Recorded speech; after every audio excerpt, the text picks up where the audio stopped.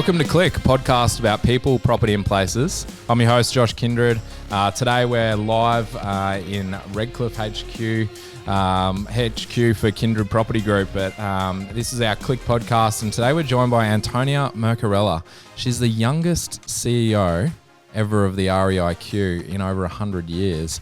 Thank you so much for joining us. I can't wait to have a chat to you today. It's a pleasure. Thanks for having me. So Antonia, also I suppose first female, we'll have a chat about that later, whether it's a big deal or not, but first female for the REIQ to be a CEO of the REIQ in 100 years. I think you've been recognised as one of the most, in the top 20 most influential people in Queensland real estate. There's a pretty long list of achievements. Tell us about yourself. What can we learn about you today, and something that's really unique that nobody would know? Oh, how long have you got, Josh? Yeah, go for it. So I think so I've been with the REIQ for 9 years. I'm not a Brisbane girl. I didn't grow up here. I grew up in Adelaide, but I am married to a Queenslander, and obviously we now call Queensland home. We love living here. I'm a former solicitor. I've got a really strange background, truth be told. If 10 years ago someone had tapped me on the shoulder and said, you're going to be the next CEO of the REIQ, I would have told them they were insane. It certainly wasn't something I was planning for, but it's a privilege, and it's a role that I absolutely love. It's such a unique role. What would people not know about me? Well, something that many people don't know about me is that before doing law, I actually studied theatre. Okay, wow. Yeah, at Adelaide University. So that was a degree. So I lived over in the performing arts faculty. And so I often talk about my university experience as being, do you remember that show Fame that used to play, and it was centred around a sort of a performing arts centre? Well, that was really what my first degree was like. So okay. We were the theatre students, and then there were dance students and music students. And in the cafeteria, you can imagine everyone wanted attention. It was a lot of fun. Right. And then I went from that to law, which was the exact opposite experience. So I am a frustrated thespian at heart, and fortunately in this role, the media aspect of the role enables me perhaps to draw upon some of those theatrical skills, if you like. Of course. And so was that a dream for you growing up? Did you want to be in theatre, or did you want to be a movie star? What did that look like? Yeah, well, there's still time, Josh. True. No, I'm kidding. Look, I always loved drama. I was a terrible maths student, and there were subjects that I was dreadful at, but drama was always a passion. I loved performing, and I love all aspects of theatre, not just getting on the stage. I mean, the degree I did also covered technical theatre, so we looked at things like set design and makeup and costume design. So it's just, that whole world is so wonderful, and it's just such a joy. So I still love going to the theatre, but I definitely miss performing. But this role keeps me pretty busy and pretty satisfied. So you went from theatre into law, and how long were you in law? And I suppose what made you move from theatre to law? Truth be told, it was that I really didn't want to enter the real world just yet. Okay. So I would be lying if I said I never had a burning desire to practice law. I wasn't one of these kids that grew up, certainly not from a legal family by any means. I don't know. It was one of those things where I seriously got to the end of my theatre degree, and I really didn't know what I wanted to do. And I had a bunch of friends who were doing law. And it interested me, but I didn't really have a desire to practice as such. But I have to say, it's not been a wasted degree. I mean, I did post law degree, I did go and work briefly for a law firm, and it didn't last very long. I didn't enjoy it, and I left, and I ended up getting a gig with the State Theatre Company of South Australia, which was so much fun, but it really didn't pay very well, as you can imagine. Yeah. But it was fantastic. It was such a fun gig. I got to meet some of Australia's best actors. So it was just a dream come true. And this is back in the day. The State Theatre Company of South Australia, that's a flagship. The State Theatre Companies are flagship companies across Australia. But the beauty of the State Theatre Company of SA was that everything happened under one roof. So the green rooms were there, rehearsals would happen there, the sets were built on site. Oh, so wow. I would go and watch the team building the set, all the lighting design. So it was just phenomenal. You'd You come saw it into from start work to and finish. Ruth Cracknell would be walking past and it was just so much fun. The buzz and the vibe was amazing. And even though it didn't pay very well, I got to go to everything, not just our shows. You would get invited to a whole bunch of different things. So I just spent my whole life going to watch theatre, which was just a dream come true.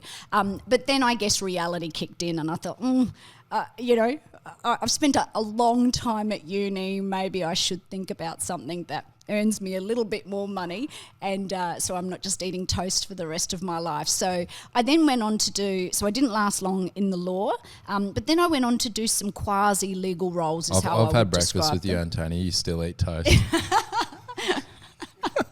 Yeah, this is true. I still like toast. I'm Italian, so I can eat carbs 24/7. Yeah, it's amazing. When you ordered toast. I don't know, this is probably of no interest to anybody, and I'm sorry for interrupting, but you just ordered toast. Yeah, I love toast. I often have toast for breakfast. If I didn't have kids, I'd probably eat toast and pasta all day long. Right. Because I don't cook. I can't cook, despite my Italian heritage. Okay. I'm a dreadful cook. Okay. So I tend to just do really, really basic food. But The waitress I like said, toast. would you like jam or Vegemite? No, nothing. Just none toast. of these condiments, just toast. Well, no, I do like butter. I don't know how we got onto toast. Sorry. So Yeah, then you went and you moved Yeah. into being a practicing solicitor. Eventually. So I did some quasi-legal roles. So I Right. worked as a mediator, conciliator, and then later on in life I ended up going back into law and I ended up actually establishing a legal practice in Adelaide. But I was a little bit older and I had a little bit more life experience and did that and really enjoyed that. Your own practice. Yeah. So just to sort of give that some context though, before opening my own legal practice, I had worked as general counsel for the Real Estate Institute of SA. Okay, wow. So I did that for several years. So when I opened my practice, predominantly the work I was doing was for real estate practitioners, reviewing real estate franchise agreements, advising them on agency practice matters. I sort of tried to stay away from conveyancing. That's not really my bag. So did that. Really enjoyed that. That was good fun. And then moved up here 9 years ago. Okay. To move, originally the plan was to move straight to the sunny coast, which is where my partner's from. But then I went to have a chat with REIQ, and the then CEO said, "Why don't you come and work for me as my general counsel?" So it was a little bit of back to the future, but it proved to be a good decision. So you moved from Adelaide. Yeah. To the sunny coast. Was that sort of following your hubby's family, or back to where he wanted to be, or was it work? So no, well, I mean, look. So Brent, my partner, he's Air Force. He joined the Air Force straight out of high school, so he's moved around a lot. We met in Adelaide. He's also a lawyer, so we met at law school. Okay. And we used to holiday on the Sunshine Coast, which is where he grew up, and we both loved it. And we kept talking about moving there one day. So that was the plan, to move to the sunny coast, but we ended up moving to Brisbane. And then after a few years of living in Brisbane, we ended up buying a house on the sunny coast just outside of Yamundi. Oh, wow. Yeah, Beautiful. and which is funny because we were living on 3 acres, and now we're back in Brisbane, and I think our block size is around 415 Right. square meters, so a fair bit smaller. Yeah. Yeah. So look, we love the Sunshine And do you Coast. still have the property up outside Yamundi? No, we ended up selling it. We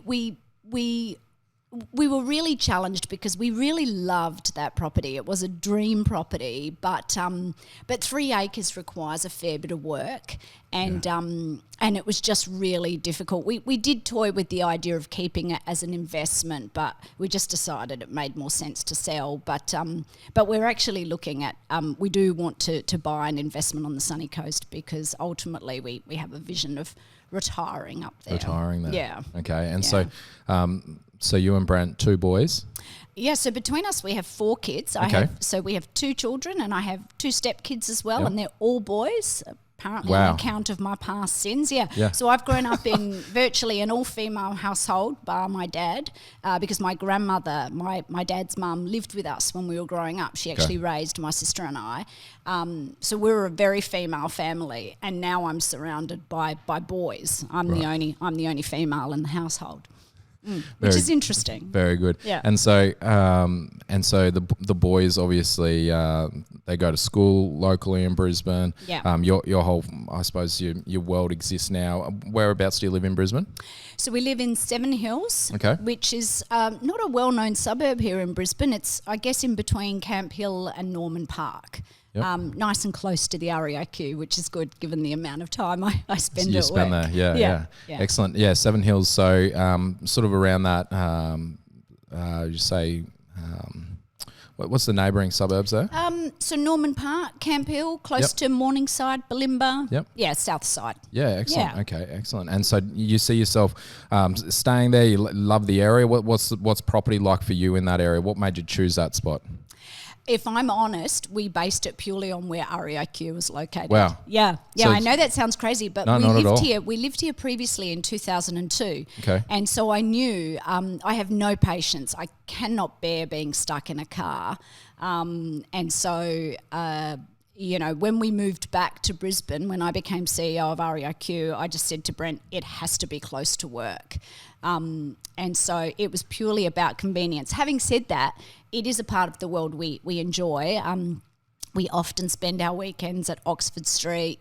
It's an area we love. So, I mean, perhaps if the REIQ was located in a really dreadful suburb, I may have had a different slant. But no, it works well, and the boys are now both at St. Lawrence's in the city, and so they catch a bus, and they're getting older, which is kind of nice. They're a little bit more independent. I'm always challenged, loosening the reins. Yep. Yeah, I'm a very highly anxious parent, so that's a challenge. CEO at work and CEO at home. Yeah, something like that.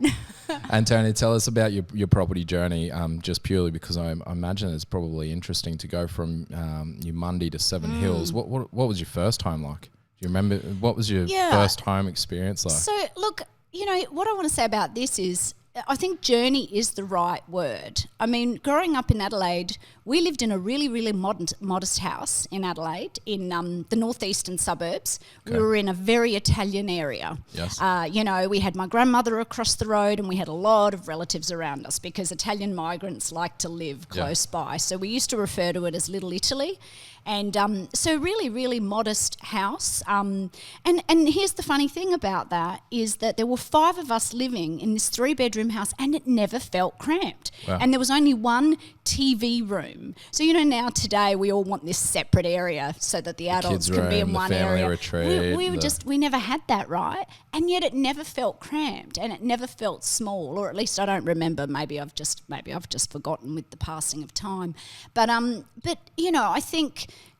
think that's the thing about property. You can start modest. That's the beautiful thing about property is it's a longer term investment, and generally it serves you really, really well. And that's how I feel about it. Certainly that's been the case with us. When I think about where Brent and I started, again, our very first property together was a really small unit in Melbourne. Okay. We used to live in Melbourne, and it was pre-children, so really small place. You could barely swing a cat in it. And then progressively we got bigger and bigger, and so we sort of went from that, and then we ended up with this massive house in just outside of Umundi on 3-acre land. So and now the house we're living at, the house is large, but the land is small. But the funny thing about that is you always think you need more space, right? Yeah. Every time it's like we need more space. And then what happens is the more space you get, the more stuff you end up accumulating. So I feel a little bit like I've gone full circle, because now I find myself yearning for simplicity. I kind of like the idea. I find it really appealing to think. Sometimes I say to Brent, let's just move to an apartment. Let's just completely simplify our lives and get rid of all of our stuff. And we both like the idea of that, but it's probably not realistic with a 15-year-old and a 12-year-old. But I don't know. I mean, we know a family, and they've got a couple of young kids, and they've done that. They decided to just try something new, so they rented out the house that they own, and they're now living at Cooperoo Square. Okay. They've got 2 kids and a dog, and they love it. Cool. They've got this really great lifestyle. So I don't know. We'll stay tuned. We'll see what happens. Yeah, okay. Antonia moving into an apartment. Yeah. Brent, you heard it here first. He'd love it, actually. That's cool. And so I suppose, is there an affinity for you with property? It sounds like there might be, and now being, I suppose, CEO of REIQ, the Real Estate Institute of Queensland. Or is it simply that, the job came up and it was something that interests you? No, look, property now I've been working, so I've never been a real estate agent, a real estate practitioner as such, but I've been working in this sector now for, it's about 16 years. So the very first gig was at Real Estate Institute of SA, and I knew nothing about property, nothing about real estate. Having said that, Mum and Dad had always had a couple of modest investments when we were growing up. Right. So we'd always observed that, and Mum and Dad were always, they were always sort of talking to us about the value of investing in property. But I didn't really know much about property and real estate. And then the first gig with RESA is how I got started. And then I have not been able to get out. It gets under your skin. I love it so much, and I feel like we have an obsession in this country with real estate. And if you think about it, I mean, shelter is what. It's a commonality, right? Whether you own that shelter or even if you're just renting it, it kind of doesn't matter. It's that ability to go home at night and to have a roof over your head and to have shelter and to have the comfort of knowing that. And I think it's so important here. And I think the work that real estate agents do is so important. I mean, as you know, something that I'm really passionate about is trying to really improve levels of professionalism, trying to, I'd really love to see consumer perceptions about the real estate sector. I'd really love to improve that, because I think the work that people in real estate do is so important. We're talking about selling or managing people's biggest assets, and what comes with that is emotion, and you have to wear all these different hats, right? And so it's really, really important work, and I find it so unfortunate. I'm always really disappointed when people meet me and they hear where I work. They want to share really bad stories with me, and that really pains me, and I don't want to take away from those stories, because an experience is an experience, and who am I to say, how you should feel about it? But I know, having worked in this space for the last 16 years, that the vast majority of real estate professionals are really good, decent, hard-working people. So it really pains me when I hear those dreadful stories. That's something that I'd love us to really improve and address. Why do you think the perception is so bad of real estate agents? And it's not just, in Southeast Queensland or in Queensland, it's Australia-wide. We've got this, and I completely agree, we've got this obsession with property. As Australians, the great Australian dream is a reference to property, our property obsession. But why is it that real estate agents have such a poor perception? Is it real? Again, I want to be careful about not calling it real, right? Because if that's your experience, it's your experience. Sure. But look, I think there's a few reasons. If I'm honest, Josh, I think part of the problem is that the educational requirements, the threshold entry requirements, simply aren't high enough. I think, I hear people in this profession say that all the time. So I don't think I'm saying anything that people within the sector don't believe themselves. So we really need to start lifting the barriers to entry. We need to start seeing governments getting serious. Like, there's a real disconnect in my mind, because you've got real estate across Australia, not just Queensland, is one of the most strictly regulated trades or industries or professions in the country. So what we keep seeing is stricter legislation being introduced, and yet we don't then see this correlation in terms of entry requirements being raised, threshold requirements being raised, or ongoing educational requirements being raised. So you can't just say, well, here's some new legislation, now magically learn it and comply with it. And this is why I think the work we're doing as a peak body, and in terms of the control that we have over our membership, we say, if you want to be part of the REIQ family, if you want to be able to call yourself an REIQ member, we're going to hold you accountable to a higher standard. We're going to require you to adhere to our standards of business practice that go above and beyond just simple legislative requirements, and we're going to require you to do ongoing educational training, because it's not good enough to get your ticket 10, 20, 30 years ago and to then not have to, and to then expect that you can just go out there and keep practicing and not have to learn new things. I mean, that's kind of absurd. Yeah, of course. I mean, what is taxation, property, that, there's few industries in the country that are as highly regulated. Absolutely. And that barrier for entry, it's quite, for me personally, this is quite a, it's a hard thing to grapple with, because I started so young and in the industry, and that low barrier for entry enabled me to do that and allowed me to be entrepreneurial. Sure. Which, I'm thankful for that opportunity, but equally, being held to a higher standard is something that you want when you're a professional, and you want to be able to raise the standard and always be improving. And I think that certainly that's obviously what you're talking about, but no doubt the whole community in the Australian community wants to be having that, I suppose, their professional real estate agents held to that higher standard because of our obsession with property. We want to make sure that the experience is improving and growing. So tell me, what's the biggest challenge for you and the industry as a whole right now to increase the, other than education, what is it day to day for the experience for the consumer?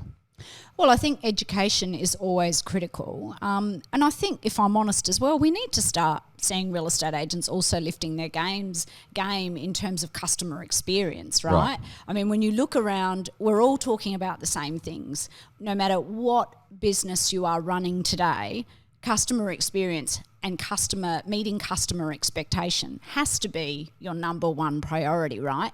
And the challenge with that in 2019 and moving forward is that customer expectation is really hard. It's extraordinary. I mean, what customers want is really difficult to satisfy, because they want what they want immediately in this digital age. Yeah.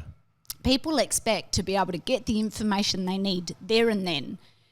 The tolerance for waiting is so incredibly low, and that's a challenge for all of us. But in real estate, it's particularly challenging, because we'll often hear people say, well, I left a message for the real estate agent an hour ago or 2 hours ago, or in some cases days ago. And so, of course, customers, they don't want to wait. They want an immediate response. And so I think what we need to be getting better at how do we do that? How do we respond to that customer need and demand immediately in the way that customers expect? So I think some of that is about looking at how technology can complement what you do and help support what you do.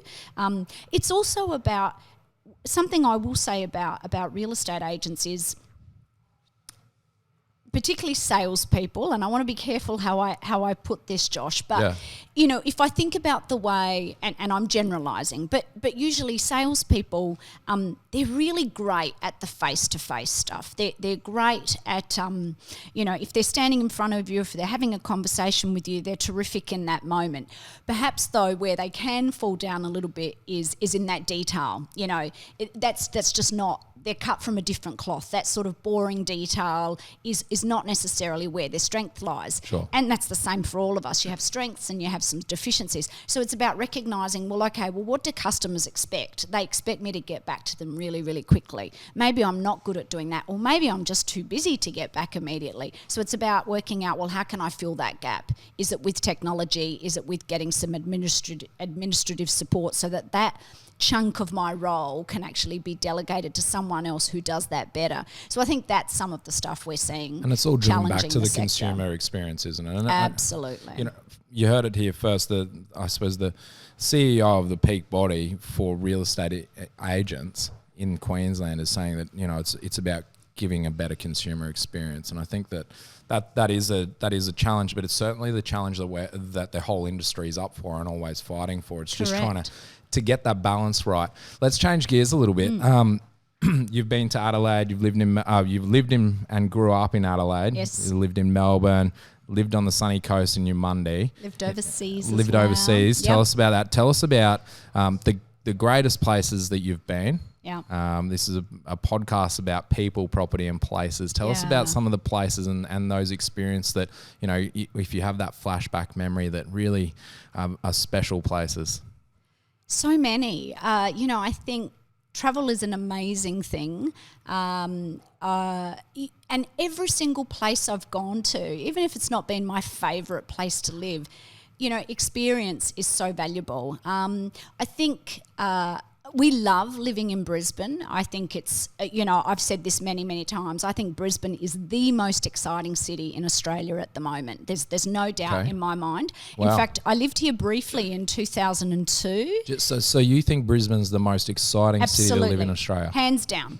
No doubt about it. And I've got to say, when we lived in Melbourne, I thought Melbourne was extraordinary. I loved Melbourne. I loved the European feel. But I've got to tell you today, sitting here, I think Brisbane is without a doubt the most exciting city to watch. And I'm not the only person to say that. I was just, a couple of days ago, I was sitting with a group of Melbournians and they were blown away. We were sitting here in the middle of winter, sitting outside by the river, having some lunch. I was pointing to Howard Smith Wharves, talking about the Queen's Wharf project, talking about other really extraordinary developments and projects that are coming up.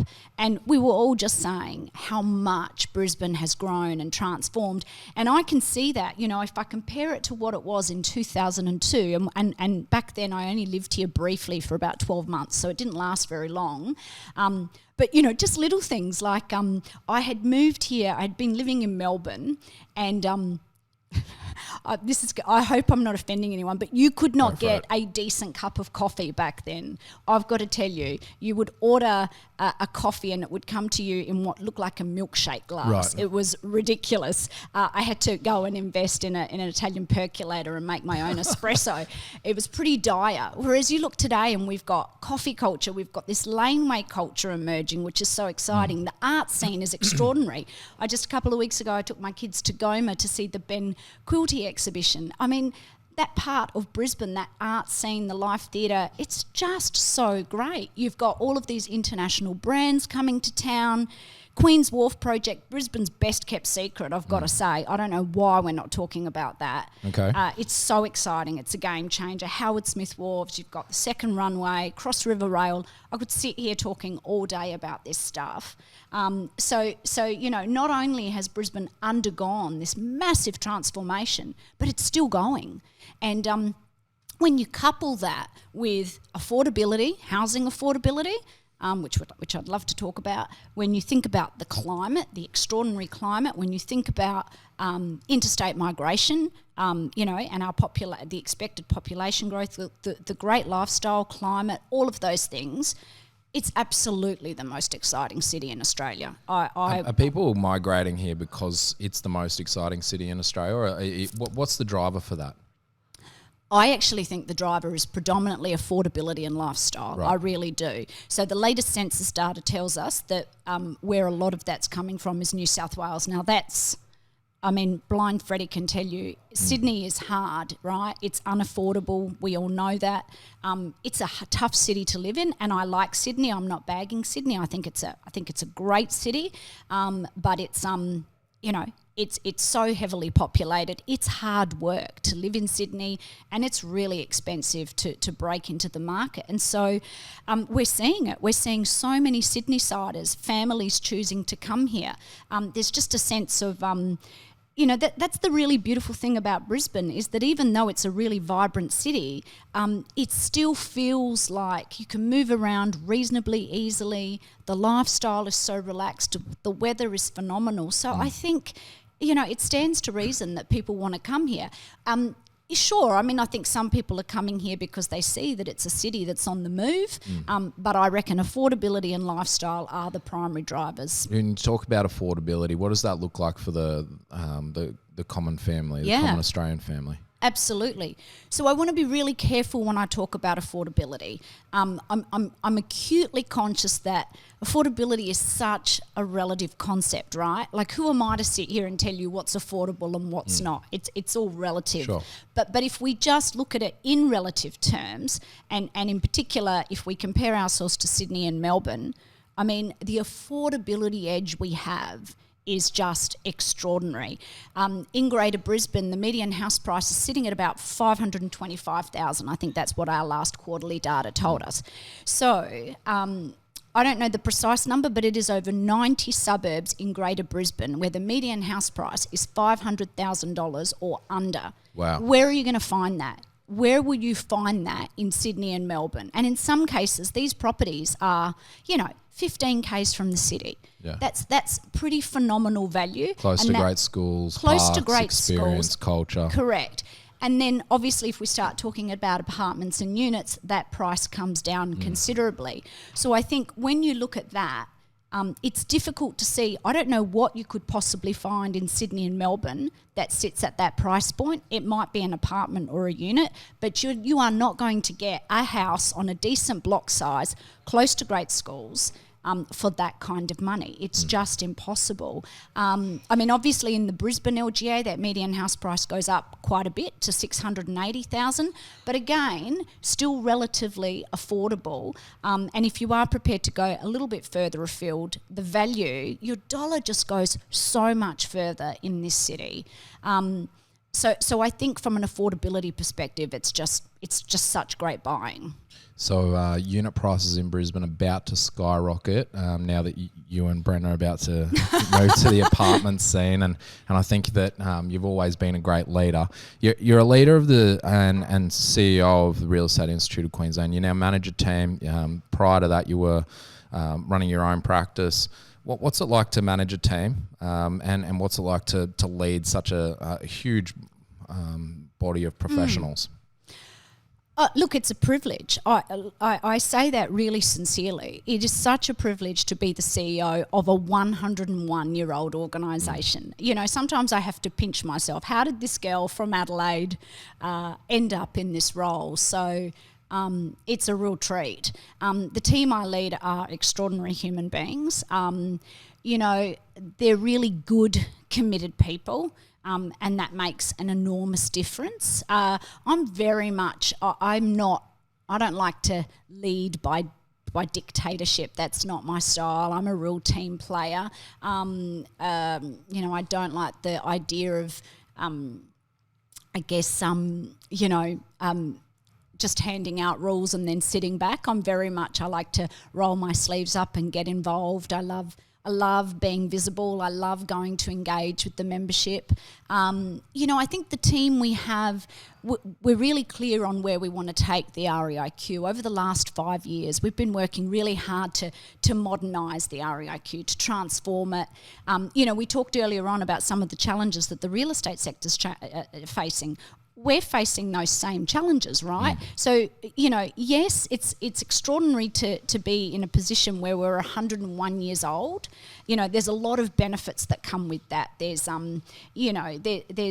there's trust and there's this sort of really strong brand, but equally, being that old has a certain weight, if you like, right. that the weight of that legacy. And so you've got to somehow balance the history of the place and be really respectful of that rich and terrific history, but equally we can't be stuck in the past. We have to be moving forward and have a vision of what the future looks like. And I think that's what's been so exciting, that the team's really got stuck into that. So we've sort of done so much over the past 5 years to really try and modernise the REIQ, to attract new members, to demonstrate that we're changing and that we're adaptable. And so that's really exciting. And then, of course, moving forward, we're right in the middle of this really quite bold strategic plan that has this digital transformation project that I guess is very much at the core of that particular strategic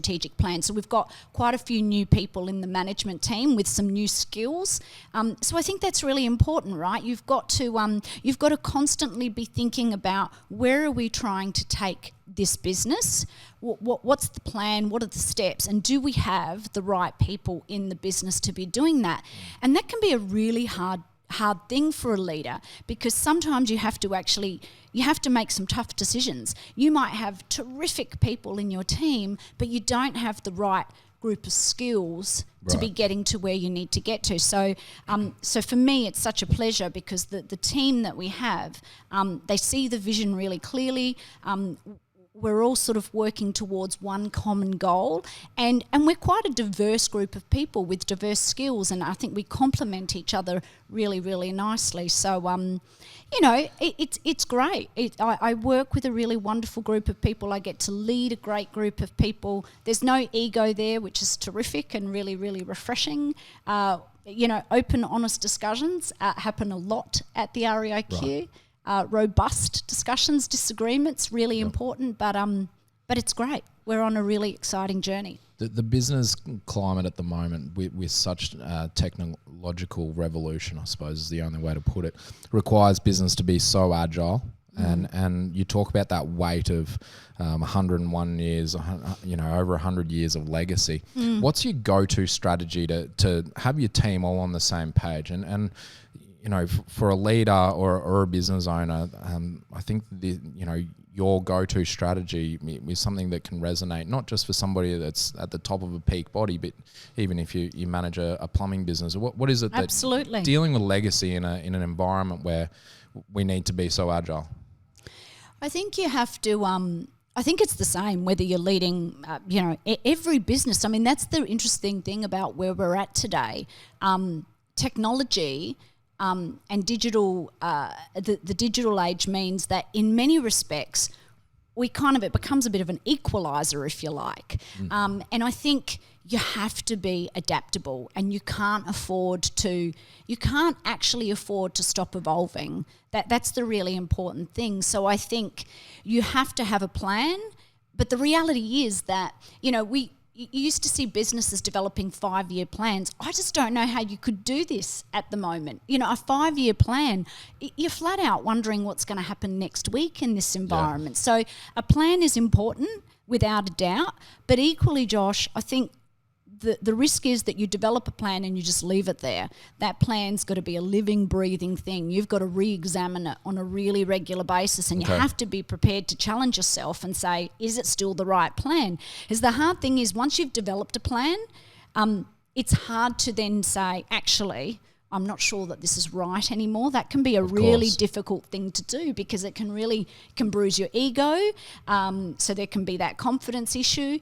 But then also you may have gone and invested time and money into that thing. So you kind of feel like, no, we have to stay committed to this thing, even though in your heart of hearts you're going, actually, I think we may have got that wrong. So it's that balance between having a plan and staying so committed to it, but not being able to actually check yourself and say, well, hang on, this isn't where we actually should be planning anymore. Things have changed. Absolutely. And it's that ability to be really adaptable, right? You have to be able to, the trendy word at the moment is pivot. You have to be able to pivot, and you do, right? Yeah. And that's hard, and that's not something that historically the REIQ's been good at, because to be fair, we haven't had to be good at that. Yeah. And that's not just the REIQ, is it? I mean, that's business everywhere. Absolutely. And that's what I was saying earlier. Irrespective of whether you're a brand new business in its infancy stages, or if you're a really well-established business, there's no such thing as you can't. There's nothing safe about it anymore. You can't. There's no business that I know of that can afford to just sit back and say we're good. We don't have to worry. We don't have to be on our game. We don't have to be thinking about evolution. Well, not that I know of. The boys move out of home. They finish school. You and Brent retire. Yeah. Where do you go? Well, I reckon it's a toss-up between the sunny coast and Italy. Wow. Yeah. Italy. Yeah. Okay. And so what's going to make you think about Italy over the sunny coast? Oh, well, no, look, we do love the sunny coast and I suspect we probably will end up there again. Maybe 50-50. Eventually. But no, look, I mean, obviously I am Italian. I have Italian heritage, so there's a part of me that always feels at home when I'm back in Italy. I'm not sure Brent feels that way. He's an Aussie. But my kids are, we have, the boys and I have dual citizenship. Oh, wow. So we have Italian citizenship. So we could go over and live there. So I don't know. I depending on it depends on the day you ask me, right. Josh. Okay. But I do love Italy and I love the idea of going to live there for at least a few years and hanging out. Beautiful. Thank you so much for joining us, Antonia. It's been so insightful, doing amazing things for the industry, but also for other leaders and business people throughout Queensland and Australia. It's been a pleasure. If you'd like to join us at Qlick Podcast, follow us on Facebook, Instagram, YouTube, all those things. The guys are doing a great job. Thank you, Antonia. Thank you, Josh. Insightful. Chat soon.